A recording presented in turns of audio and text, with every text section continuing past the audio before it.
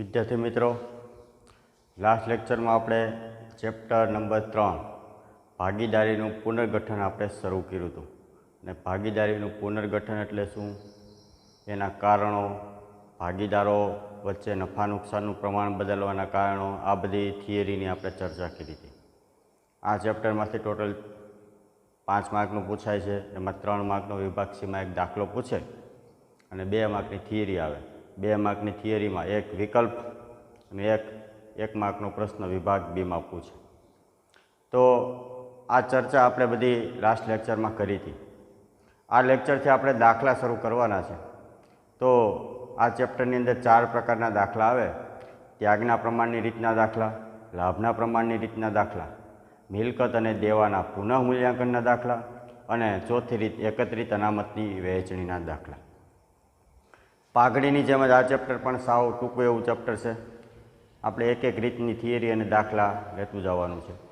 સૌથી પહેલાં પહેલી રીત એની થિયરી દાખલા, પછી બીજી રીત એની થિયરી દાખલા, ત્રીજી રીત થિયરી દાખલા, એ રીતે સૌથી પહેલાં આપણે આજે થિયરીની કાલે આપણે લાસ્ટ લેક્ચરમાં ચર્ચા કર્યા પછી પહેલી રીત આવ્યા હતા।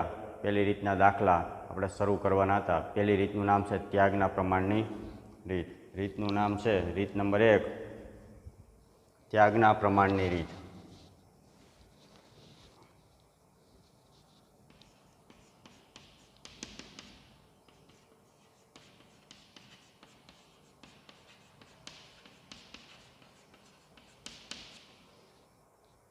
तो विद्यार्थी मित्रों, आनी चर्चा थोड़ीक मैं करी दीधी थी कि त्यागનું प्रमाण એટલે શું। तो मैं तमने लास्ट लेक्चर में थियरी भणावी त्यारे मैं तमने कीधुं हतुं भागीदारो वच्चे नफा नुकसानનું प्रमाण बदलाय। तो भागीदारो वच्चे नफा नुकसानનું प्रमाण बदलवाना कारणों होय मैं तमने चर्चा करी थी लास्ट लेक्चर में कि भागीदारो वच्चे नफा नुकसानનું प्रमाण बदलवाना मुख्य 2 कारण होय।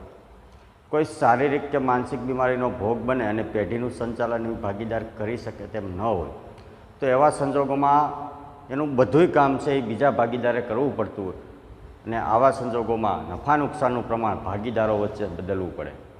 बीजुं कारण मैं तमने ए कीधुं हतुं कि कोई भागीदार पोताना अंगत कारणोसर पेढ़ीमां रोकायेलो अन्य कारणसर रोकायेलो रहेतो होय पेढ़ी माटे पूरतो समय फाळवी शके तेम न होय तो एवा संजोगों में एनु काम है बीजा भागीदारों करवू पड़तुं होय तो आवा संजोगों में नफा नुकसानનું प्रमाण बदलवू पड़तुं होय।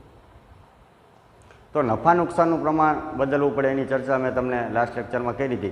तो नफा नुकसानનું प्रमाण बदलो एटले 2 वस्तु थाय, का कोई भागीदारनो नफो घटे अने का कोई भागीदारनो नफो वधे। तो नफा नुकसानનું प्रमाण बदलता जे भागीदारनो नफो घटे एणे नफामां त्याग कर्यो कहेवाय। ए उदाहरण साथे मैं तमने लास्ट लेक्चर में समजावेलुं हतुं।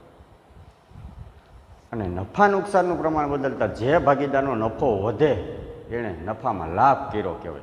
तो आना पछीनी बीजी रीत आवशे लाभना प्रमाणनी रीत आवशे। तो आपणे सौथी पहेला पहेली रीतनो अभ्यास करवानो त्यागना प्रमाणनी रीत। तो त्यागनुं प्रमाण एटले भागीदारो वच्चे नफा नुकसानનું प्रमाण बदलता जे भागीदारनो नफो घटे एणे नफामां त्याग कर्यो कहेवाय। अने त्यागनुं प्रमाण शोधवा माटेनुं विद्यार्थी मित्रों सूत्र छे जूनू प्रमाण माइनस नवू प्रमाण। एटले के जूनो भाग माइनस नवो भाग, जूनो भाग माइनस नवो भाग, भाग एटले प्रमाण, जूनू प्रमाण माइनस नवू प्रमाण। चलो पछी नीचे एक तमने नोंध लखावेली छे के त्यागनुं प्रमाण शोधती वखते जो कोई भागीदारनुं प्रमाण माइनस में आवे तो ए भागीदारे नफामां त्याग करवाने बदले लाभ कर्यो कहेवाय। तो ये भागीदारे शू कर्युं कहेवाय, नफामां त्याग करवाने बदले शू कर्यो कहेवाय, लाभ। तो विद्यार्थी मित्रों, आ थियरी है अने एवुं सूत्र तमने जे कीधुं ए सूत्रना आधारे आपणे दाखला गणवाना। त्यागना प्रमाणनी थियरी छे। आमांथी 3 प्रश्न तमने पूछी शके कि त्यागनुं टूंका टूंका 3 प्रश्न बने आ थियरीमांथी 1 मार्कना 3 प्रश्न बने। त्यागनुं प्रमाण एटले शुं, तो भागीदारो वच्चे नफा नुकसाननुं प्रमाण बदलता जे भागीदारनो नफो घटे एणे नफामां त्याग कर्यो कहेवाय। बीजो प्रश्न, त्यागनुं प्रमाण शोधवानुं सूत्र जणावो। तो त्यागनुं प्रमाण शोधवानुं सूत्र छे जूनो भाग माइनस नवो भाग। अने त्रीजो प्रश्न एवो बने कि त्यागनुं प्रमाण शोधती वखते जो कोई भागीदारनुं प्रमाण माइनस में आवे तो शुं कहेवाय। તો ત્યાગનું પ્રમાણ શોધતી વખતે જો કોઈ ભાગીદારનું પ્રમાણ માઇનસ એટલે કે ઋણમાં આવે તો એણે ત્યાગ કરવાના બદલે શું કર્યું કહેવાય? લાભ. તો આવા એક એક માર્કના 3 પ્રશ્ન બને આ પહેલી રીતમાંથી. એવી રીતે બીજી રીતમાંથી પ્રશ્ન બનશે, ત્રીજી રીતમાંથી ટૂંકા પ્રશ્ન બનશે. એટલે દાખલાની થિયરીમાંથી આવા ટૂંકા પ્રશ્ન ચાલુ જ રહેશે. આગળ લખાવી તો પૂછાય, બરાબર. તો આપણે સૌથી પહેલાં ત્યાગના પ્રમાણની રીતના દાખલા ગણવાના છે. દાખલા નંબર 4, 5 અને 6, પેજ નંબર 139. તો પેજ નંબર 139 જુઓ. તો ત્યાગનું પ્રમાણ શોધવાની રીતની આ થિયરી છે. એમાંથી વિદ્યાર્થી મિત્રો 3 પ્રશ્નો બને. ત્યાગનું પ્રમાણ એટલે શું? ત્યાગના પ્રમાણ શોધવાનું સૂત્ર જણાવો. અને ત્યાગનું પ્રમાણ શોધતી વખતે જો કોઈ ભાગીદારનું પ્રમાણ માઇનસમાં આવે તો શું કહેવાય? આવા 3 પ્રશ્નો બને. ચાલો આપણે એના દાખલા ગણવાના. હાવ ટૂંકા દાખલા છે, પ્રાથમિક ધોરણવાળાને આવડે ને એવું છે. ચોથું, પાંચમો, છઠ્ઠો દાખલો એનો છે. જો દાખલા નંબર 4, પેજ નંબર 139. વાંચો. અમર અને અકબર એક ભાગીદારી પેઢીના સરખે હિસ્સે નફો નુકસાન વહેંચતા ભાગીદારો છે. જો આ એનું જૂનું પ્રમાણ થયું.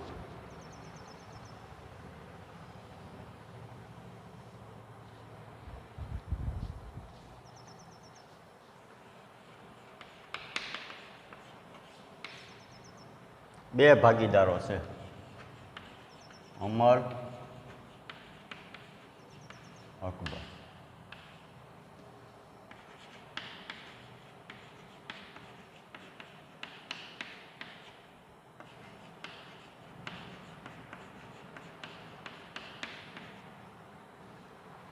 ચાલો વાંચો રકમ.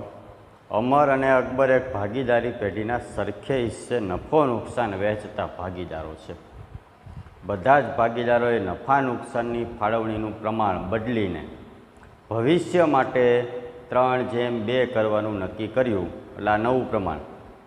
આ સંજોગોમાં કયા ભાગીદારે કેટલો ત્યાગ કર્યો છે તે જણાવો. અમર અને અકબર બે ભાગીદારો છે, સરખે હિસ્સે નફો નુકસાન વહેંચતા ભાગીદારો. એટલે એનું જૂનું પ્રમાણ કયું? જૂનું પ્રમાણ કેટલું? સરખે હિસ્સે. સરખે હિસ્સે એટલે 1:1 કહેવાય ને. 3 હોત તો 1:1 તો 1:1 થાત ને. ચાલો આ જૂનું પ્રમાણ થયું. બધા જ ભાગીદારોએ નફા નુકસાનની ફાળવણીનું પ્રમાણ બદલીને ભવિષ્ય માટે 3:2 કરવાનું નક્કી કર્યું. ભવિષ્ય માટે બદલીને આમ ને તેમ પ્રમાણ નક્કી કર્યું એમ કે ને લઈ નવું પ્રમાણ હોય. તો ભવિષ્ય માટે કેટલું પ્રમાણ નક્કી કર્યું? 3:2. એને કહેવાય નવું પ્રમાણ. તો જૂનું પ્રમાણ છે સરખે હિસ્સે એટલે 1:1. નવું પ્રમાણ બદલીને આમ કે તેમ નક્કી કર્યું પ્રમાણ ભવિષ્ય માટે આમ કર્યું એને નવું પ્રમાણ કહેવાય. તો નવું પ્રમાણ કેટલું નક્કી કર્યું? 3:2. ચાલો સૌથી પહેલાં ત્યાગનું પ્રમાણ શોધવાનું કીધું એટલે સૂત્ર લખવાનું. ત્યાગ બરાબર જૂનો ભાગ માઇનસ નવો ભાગ. ભાગ એટલે પ્રમાણ, જૂનું પ્રમાણ માઇનસ નવું પ્રમાણ. ચાલો સૌથી પહેલાં બે ભાગીદાર છે, બેના નામ લખો. અમર, અકબર. સૌથી પહેલાં બેયનું જૂનો ભાગ લખો, જૂનું પ્રમાણ લખો પહેલાં. તો બેયનું જૂનું પ્રમાણ છે 1:1. કેટલું છે? 1:1. ટોટલ કેટલું થાય? 2. ચાલો એમાં અમરનું કેટલું? અમરનું જૂનું, પહેલાં બેયનું જૂનું પ્રમાણ જ લખવાનું, પછી માઇનસ નવું. બરાબર. જૂનું પ્રમાણ કેટલું? 1:1. ટોટલ કેટલું થાય? 2. એટલે દરેકના છેદમાં 2 આવશે. ચાલો અમરનું કેટલું? 1 ભાંગા 2. ભાંગા 2 શું કામ? ટોટલ જૂનું 2 છે ને એટલે. ચાલો અકબરનું જૂનું પ્રમાણ કેટલું? 1. તો એને 1/2. ખ્યાલ આવ્યો? જૂનું પ્રમાણ છે 1:1. એટલે અમરનું એમાં 1 ભાંગા ટોટલ જૂનું કેટલું? 2. તો 2. અકબરનું 1 ભાંગા ટોટલ જૂનું કેટલું? 2. તો 2. માઇનસ નવું પ્રમાણ, માઇનસ નવો ભાગ. તો નવું પ્રમાણ છે 3:2. નવું પ્રમાણ કેટલું? 3:2. એટલે ટોટલ કેટલું થાય? 5 ને. 3:2 એટલે ટોટલ કેટલું થાય? 5. ચાલો એટલે છેદમાં 5 આવશે. અમરનું નવું પ્રમાણ કેટલું? 3. તો 3/5. 5 શું કામ? ટોટલ નવું 5 છે ને એટલે. અહીં ટોટલ જૂનું 2 હતું એટલે 2. અહીં ટોટલ નવું કેટલું છે? 5. ચાલો અમરનું કેટલું? 3. તો 3/5. અકબરનું નવું પ્રમાણ કેટલું? 2. તો 2/5. નવું પ્રમાણ 3/2 એટલે 3/5 2/5 કરો હિસાબ. હવે જો હવે ધ્યાન દેજો, જૂનું પ્રમાણ માઇનસ નવું પ્રમાણ. જૂનું પ્રમાણ 1/1 એટલે ટોટલ 2, એમાં અમરનું 1 એટલે 1/2, અકબરનું 1 1/2, માઇનસ નવું પ્રમાણ. તો નવું પ્રમાણ છે 3/2, તો એમાં ટોટલ 5 થાય. અમરનું કેટલું 3, તો 3/5, અકબરનું 2, તો 2/5. ચાલો હવે ધ્યાન આપજો. જુઓ, સૌથી પહેલાં છેદનો ગુણાકાર કરીને છેદ મૂકવાના. છેદનો ગુણાકાર કરીને છેદ મૂકવો. 5 દુ 10, તો 10. હવે ધ્યાન રાખજો, ચોકડી ગુણાકાર કરવાનો, ક્રોસ ગુણાકાર. કઈ રીતે? પહેલાં આ બેનો કરવાનો હંમેશા. 1 5 5, તો 5. અને હવે આ બેનો, પહેલાં આ બેનો કર્યો, હવે આ બેનો કરો. 3 દુ 6, માઇનસની નિશાની છે તો માઇનસ મૂકવાનો, માઇનસ 3 દુ 6. ખ્યાલ આવ્યો? પહેલાં ક્રોસ છેદનો ગુણાકાર કરીને છેદ મૂકવાના. 5 દુ 10. પહેલાં આ બેનો ક્રોસ ગુણાકાર કરો. 1 5 5, નિશાની માઇનસ તો માઇનસ. હવે આ બેનો કરો. 3 દુ 6. એ રીતે આમાં પહેલાં છેદનો ગુણાકાર કરીને છેદ મૂકો. 5 દુ 10. ચાલો હવે ક્રોસ ગુણાકાર. પહેલાં આમ 1 5 5, નિશાની માઇનસ માઇનસ, તો હવે આમ 2 દુ 4. ચાલો 5 માઇનસ 6 એટલે -1/10. 10 તો મૂકી જ દેવાના હો, છેદમાં 10. 5 માઇનસ 6, 5માંથી 6 ન જાય, કારણ કે 5 નાના કહેવાય ને એટલે માઇનસમાં જવાબ આવ્યો. -1/10. અને 5માંથી 4 જાય એટલે +1/10. +1/10 આવે તેમાં આગળ પ્લસની નિશાની કરવાની ન હોય. એમને લખવાની બધું પ્લસ જ હોય. માઇનસ આવે તો જ માઇનસ કરવાના, બાકી માઇનસ વગરનું હોય ને બધું પ્લસ કહેવાય. ચાલો તો આણે ત્યાગ કર્યો અને આણે લાભ કર્યો. શું કામ એણે લાભ કર્યો? તો મેં તમને છેલ્લે એક નોંધ લખાવી જો થિયરીમાં, કે ત્યાગનું પ્રમાણ શોધતી વખતે જો કોઈ ભાગીદારનું પ્રમાણ માઇનસ એટલે કે ઋણમાં આવે તો તેણે ત્યાગ કરવાને બદલે શું કર્યો કહેવાશે? લાભ. તો આપણે શેનું પ્રમાણ શોધીએ છીએ? ત્યાગનું. અને ત્યાગનું પ્રમાણ શોધતી વખતે જો કોઈ ભાગીદારનું પ્રમાણ માઇનસમાં આવે તો એણે ત્યાગ કરવાને બદલે શું કર્યું કહેવાશે? લાભ. જો આનું માઇનસમાં આવ્યું એટલે લાભ, એટલો ત્યાગ. તો નફા નુકસાનનું પ્રમાણ બદલતા આ અકબરનો નફો ઘટી ગયો, 1/10 નફો ઘટ્યો. એ બધોય નફો કોને મળશે? અમરને. ચાલો એવું. તો વિદ્યાર્થી મિત્રો, ત્યાગ અને ત્યાગનું પ્રમાણ શોધો કે લાભનું પ્રમાણ, આ બીજી રીતનું લાવ છે લાભનું પ્રમાણની. તો ત્યાગનું પ્રમાણ કે લાભનું પ્રમાણ શોધો. આપણે ત્યાગના પ્રમાણની વાત કરીએ છીએ તો ત્યાગનું પ્રમાણ શોધો તો બધાય ભાગીદારો ત્યાગ કરે એવું ક્યારેય ન હોય, અને બધાય લાભ કરે એવું ક્યારેય ન હોય. બધાય ભાગીદાર આમાં ત્યાગ કરે તો જાય ક્યાં? અને બધાય લાભ કરે તો આપે કોણ? એટલે નફા નુકસાનનું પ્રમાણ બદલે તો કોઈ ભાગીદારનો નફો ઘટે ને કોઈનો વધે, બધાયનો ઘટે ને બધાયનો વધે એવું ક્યારેય ન હોય. તો નફા નુકસાનનું પ્રમાણ બદલતા આ ભાગીદારનો નફો ઘટી ગયો, એણે ત્યાગ કર્યો ને બધોય નફો કોને મળ્યો? આને લાભ કર્યો. ત્યાગ અને લાભનું પ્રમાણ હંમેશા સરખું જ હોય. આનો જેટલો નફો ઘટ્યો એ બધોય નફો આને મળ્યો. એટલે ત્યાગનું પ્રમાણ શોધતી વખતે જો કોઈ ભાગીદારનું પ્રમાણ માઇનસમાં આવે તો એને લાભ કર્યો કહેવાય. તો વિદ્યાર્થી મિત્રો, આ દાખલો છે 3 માર્કમાં પૂછે. કેટલા માર્કમાં? 3 માર્ક છે ને. હવે હેલો, ચાલો હજી ખ્યાલ ન આવ્યો તો હજી આવા 2 દાખલા છે, ધ્યાન આપજો. દાખલા નંબર 5 અને દાખલા નંબર 6. જો દાખલો 5મો અને 6.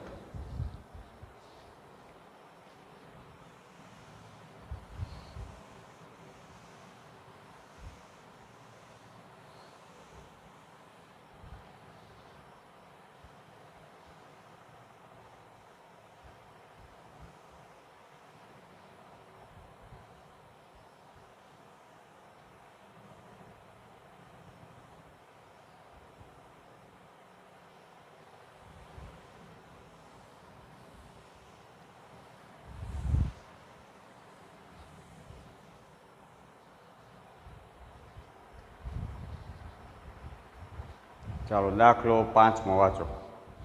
કોમલ, કૃપા અને કરિશ્મા એક ભાગીદારી પેઢીના ભાગીદારો છે. તેઓ નફા નુકસાનનું પ્રમાણ 3/2/1 પ્રમાણે વહેંચે છે. આ એનું જૂનું પ્રમાણ છે. શું નામ છે? કોમલ, કૃપા અને કરિશ્મા.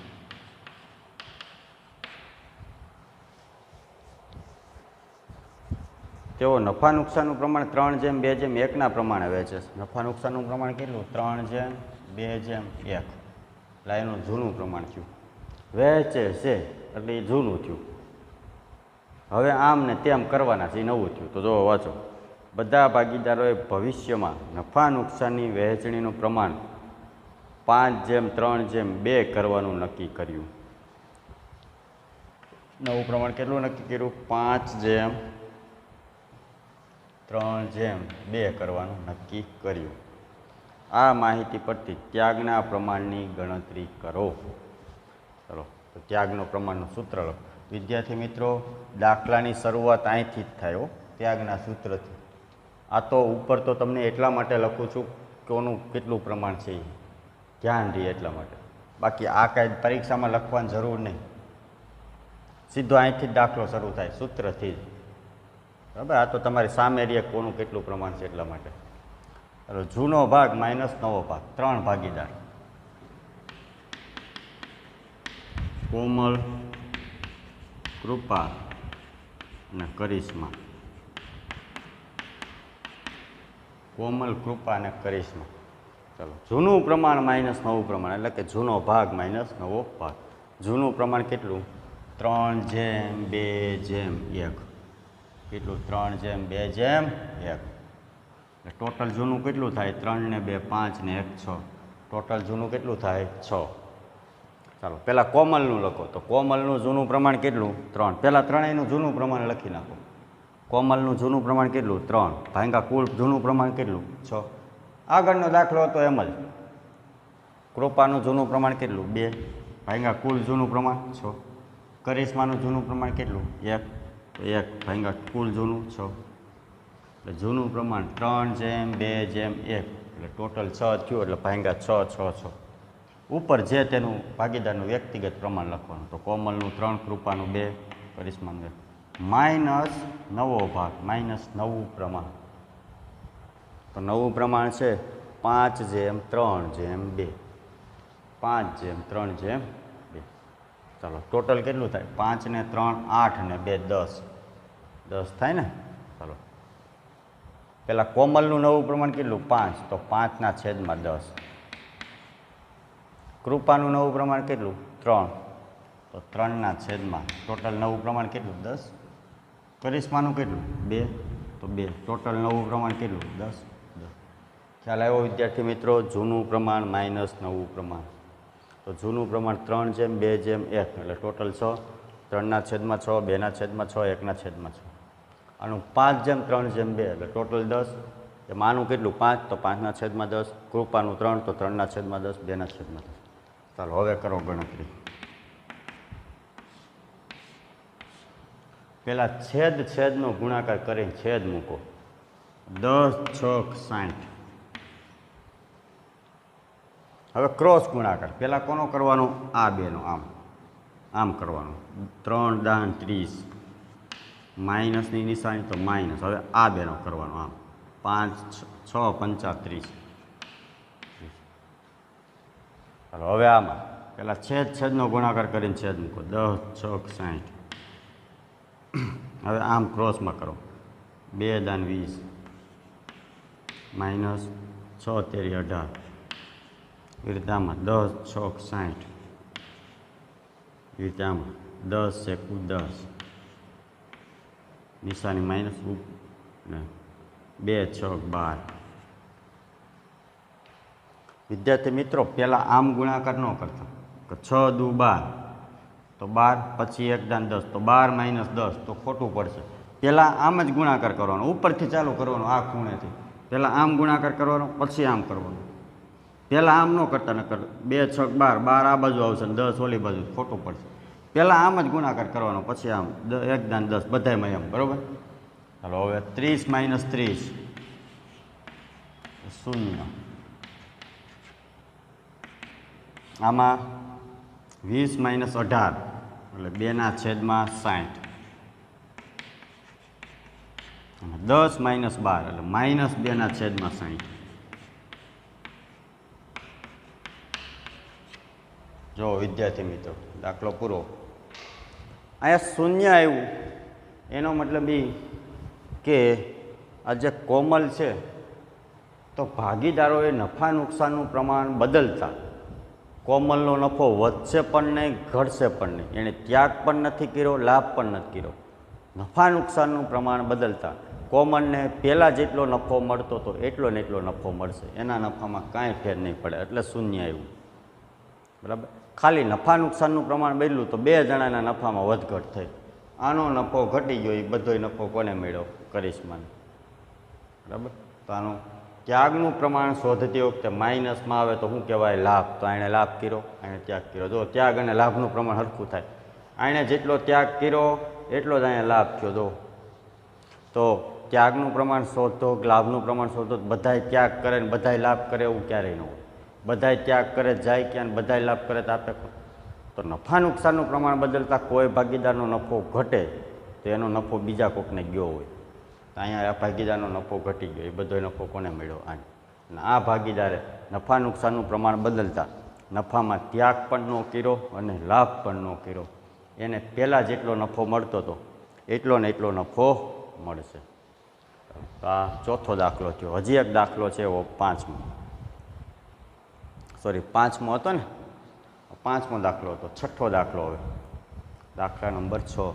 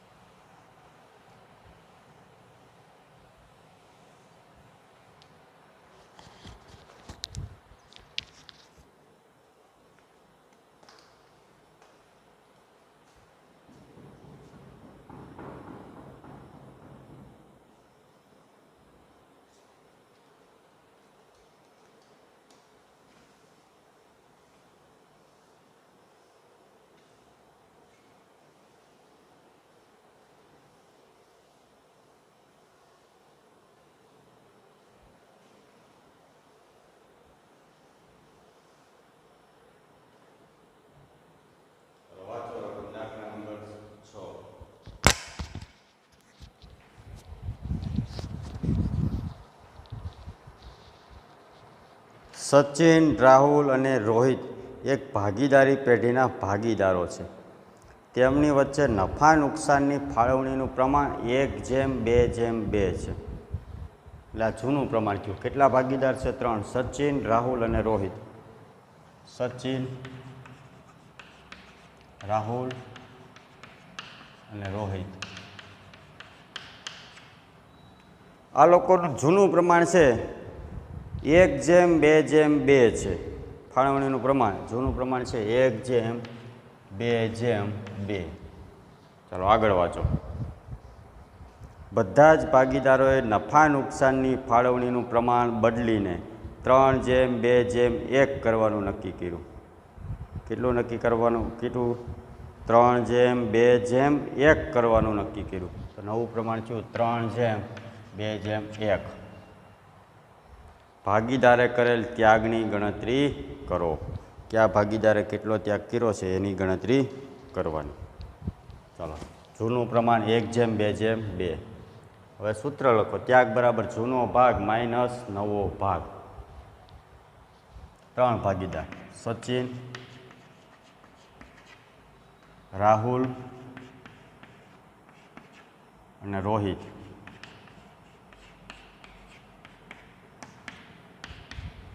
ચાલો, જૂનું પ્રમાણ 1:2:2. ટોટલ કેટલું થયું? 5. સચિનનું કેટલું? પહેલાં ત્રણેયનું જૂનું પ્રમાણ લખો. સચિનનું કેટલું? 1. તો 1/માં ટોટલ જૂનું કેટલું? 5. તો 5. રાહુલનું કેટલું? 2. તો 2/5. રોહિતનું 2. તો 2/5. 1:2:2. ટોટલ જૂનું પ્રમાણ કેટલું? 5. તો 5, 5, 5. માઇનસ નવું પ્રમાણ એટલે કે માઇનસ નવો ભાગ. તો નવું પ્રમાણ છે 3:2:1. ટોટલ કેટલું થાય? 6. 3:2:1 એટલે ટોટલ કેટલું થાય? 6. ચાલો, સચિનનું કેટલું? એમાં 3. તો 3/6. રાહુલનું કેટલું? 2. તો 2/6. રોહિતનું કેટલું 1 તો 1/6 3/2/1 3/2/1 ભાંગા ટોટલ પ્રમાણ 6. ચલો કરો ગણતરી. પેલા છેદનો ગુણાકાર કરી છેદ મૂકો. 6 5 30 તો 30. હવે ક્રોસ ગુણાકાર કરો પહેલાં આમ 1 6 6 તો 6 માઇનસ. હવે આમ કરો 3 5 15 તો 15. એ રીતે આમાં 6 5 30 તો 30. તો આમ ક્રોસમાં કરો 2 6 12. પછી આમ 5 2 10. એ રીતે આમાં 6 5 30 છેદના ગુણાકાર કરીને છેદ મૂકો 30. હવે ગુણાકાર 2 6 12 માઇનસ 1 5 5. ચાલો 6 માઇનસ 15 તો માઇનસમાં જવાબ આવે ને 6માંથી 15 ન જાય તો -9/30. ચાલો આનમાં 12 માઇનસ 10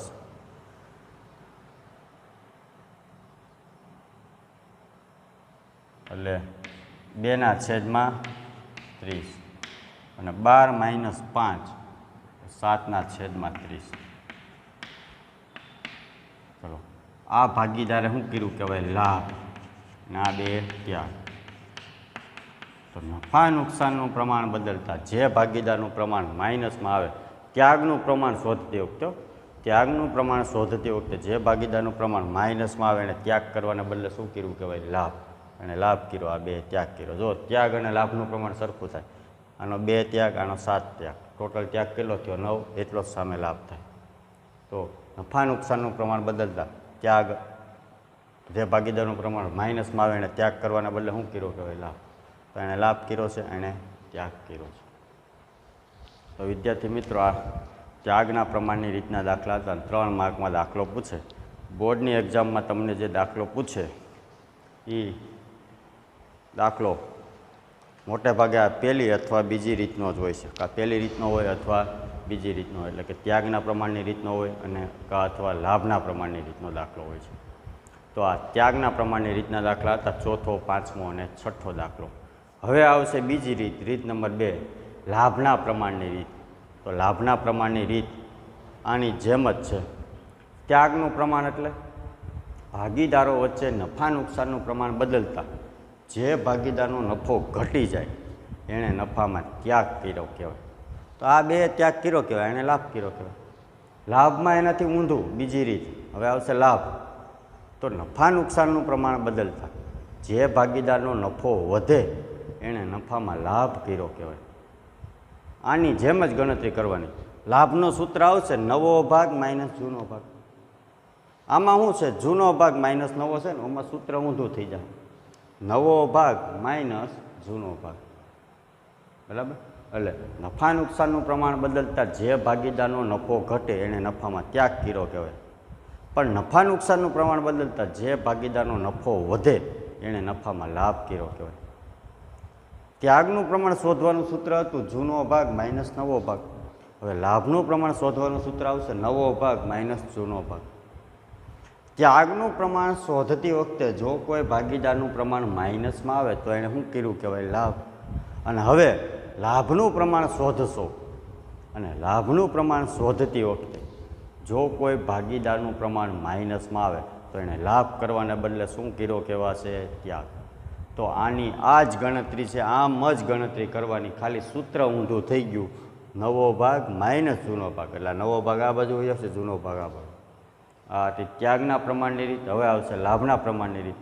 આનું આ જ સૂત્ર નવો ભાગ માઇનસ જૂનો. આમાં જૂનો માઇનસ નવો હતો. બાકી ગણતરી બધી આમ જ કરવાની. તો બોર્ડની એક્ઝામમાં 3 માર્કનો દાખલો આ બેમાંથી એક રીતનો હોય છે અને ક્યારેક ક્યારેક ચોથી રીત હોય છે. એકત્રિત અનામતોની વહેંચણીની રીત. તો આ ત્યાગના પ્રમાણની રીતનો દાખલો થયો. અને હવે લાભના પ્રમાણની રીતના દાખલા છે. દાખલા નંબર 7, 8 અને 9 આ 3 દાખલા છે લાભના પ્રમાણની રીત. એની ચર્ચા આપણે હવે આના પછીના નેક્સ્ટ પીરિયડમાં કરીશું. આભાર.